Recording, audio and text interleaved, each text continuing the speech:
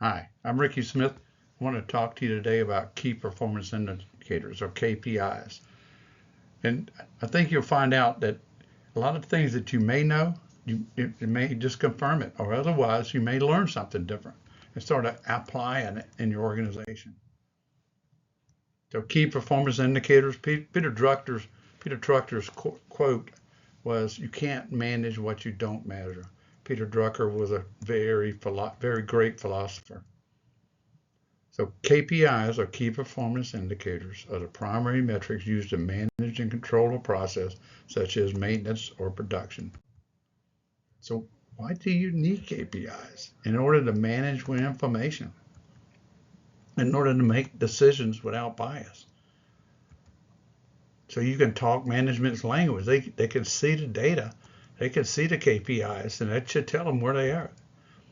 So you can see through that black windshield. I always say you can't, if you don't have good KPIs, you can't see where you're going to make decisions at the lowest level, and then to evolve from reactive maintenance into proactive maintenance. So KPIs, leading indicators of reliability, leading indicators are KPIs which are used to manage the maintenance and reliability process. The process prevents asset failures. An example is schedule compliance, number of potential failures identified, percent of PDMs completed on time, maintenance rework. Really ought to think about that maintenance rework metric. That's a big one. That's a big one. So lagging indicators of reliability, lagging indicators of results metrics. They're the results of how well we manage the maintenance and reliability process. An example, mean time between failure. How many of you actually measure mean time between failure? And would you know how to use it if you knew it, if you had to have it? Asset availability, maintenance costs. Maintenance cost tells you a lot. Even like maintenance cost per asset type. That's what I like. Because if I can look at maintenance costs going up on a certain types of assets that we have throughout the plant, then if we go out and find the root cause of it, we can make a huge impact.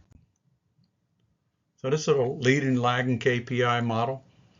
So in the top, we got lean reliability, mean time between failure, asset availability, maintenance costs. And we go to the left, work identification, number of potential failures identified, and then the percentage of detective, predictive, and preventive jobs completed on time. Scheduling compliance, number of interruptions to the schedule will be the KPI. Planning, percentage of work orders in new status, percentage of jobs planned prior to asset failure, and percentage of work orders requiring rework. So leading KPIs lead to the results, the lagging KPIs. KPIs for the plan element of the process, very simple. Percentage of assets with the consequence and risk prioritized values assigned. So you got a target at some percentage. World class would be 100%. Number of critical assets with performance targets defined. Again, we got the targets at some percentage. World class is 100%. So KPIs for work identification element, percentage of assets reviewed with the formal work identification and methodology. And the target in a year, target some percentage, world class is 55%. Percentage of man hours used for modifications, target some percent that you may come up with, world class is 5 to 10%. KPIs for the work planning element, percentage of work orders with all labor assignment, task duration, work priority, early start, late finish, and work fields completed. You got some percentage in your target. That's what you got to have a target to go after. World class is 75%. Percentage of work orders with parts used identical to planned over the last month. Target percentage, some percentage, world class should be 90%.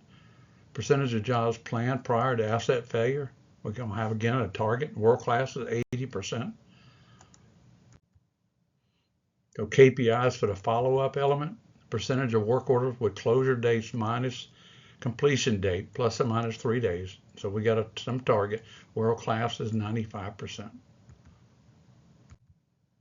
KPIs for work scheduling element, percentage of actual scheduled man hours or labor hours to available hours over the last month. Target is some percentage, whatever you decide.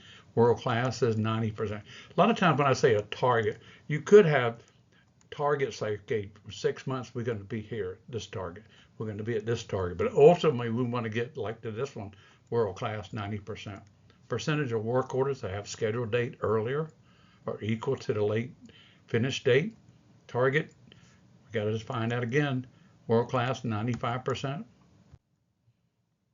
KPIs for work execution element divided by percentage of total labor hours.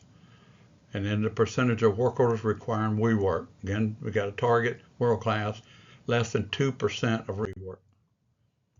KPIs for performance analysis element, number of equipment reliability improvement initiatives and improvement actions initiated by the performance analysis function in 1 year. Number of failures per month. You got to define what a failure is now. Okay, whether it's a partial functional failure or total functional failure. A lot of times this equipment's been in alarm state for a while, but hey, it's still running. I've seen that so many times. Number of environmental incidents, very important. Number of safety incidents, even more important. So how to implement KPIs? The most effective method of implementing KPIs is first understand your process. Review your process or define it. If you do not have a formal process in place, you need to create one. Define roles and responsibility to gain ownership and accountability. Establish leading KPIs to measure the effectiveness of the process. So here's an example of a scorecard like our PM compliance, percentage of planned work, schedule compliance, work order closeout.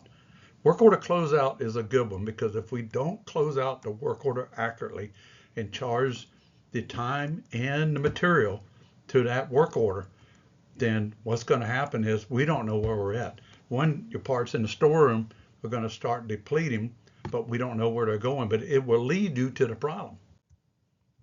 All right, thank you. I wanted to tell you, if you want to learn more about maintenance and reliability best practices, go to worldclassmaintenance.org, or you go on LinkedIn, Ricky Smith CMRP on LinkedIn. Have a good day. Thank you for everything. Goodbye.